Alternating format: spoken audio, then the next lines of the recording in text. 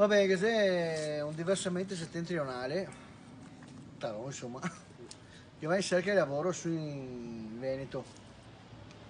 Vai, metti la famiglia su un bread and breakfast, che ha 6-7 fioi, la moglie, e va in giro per varie fabbriche, tutti no, no, siamo a posto, no, no. A un certo punto viene fuori una fabbrica e sente Pasquale, Pasquale, famiglia, chi mi conosce qua?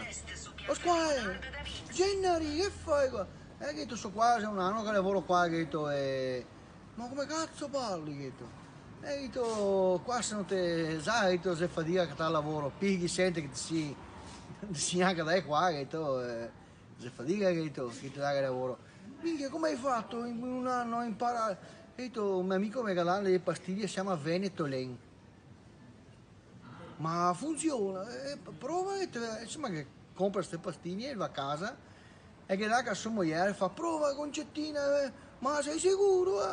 Prova che dà la pastiglia, ostia, è vero che mai la pastiglia, crommento che è vero che insomma attacca la prima pastiglia è boccia, che altro boccia, l'ultimo boccia, io papà la pastiglia non la prendo. Tu la pastiglia che dopo vuoi lavorare, ti compro io papà la pastiglia, no.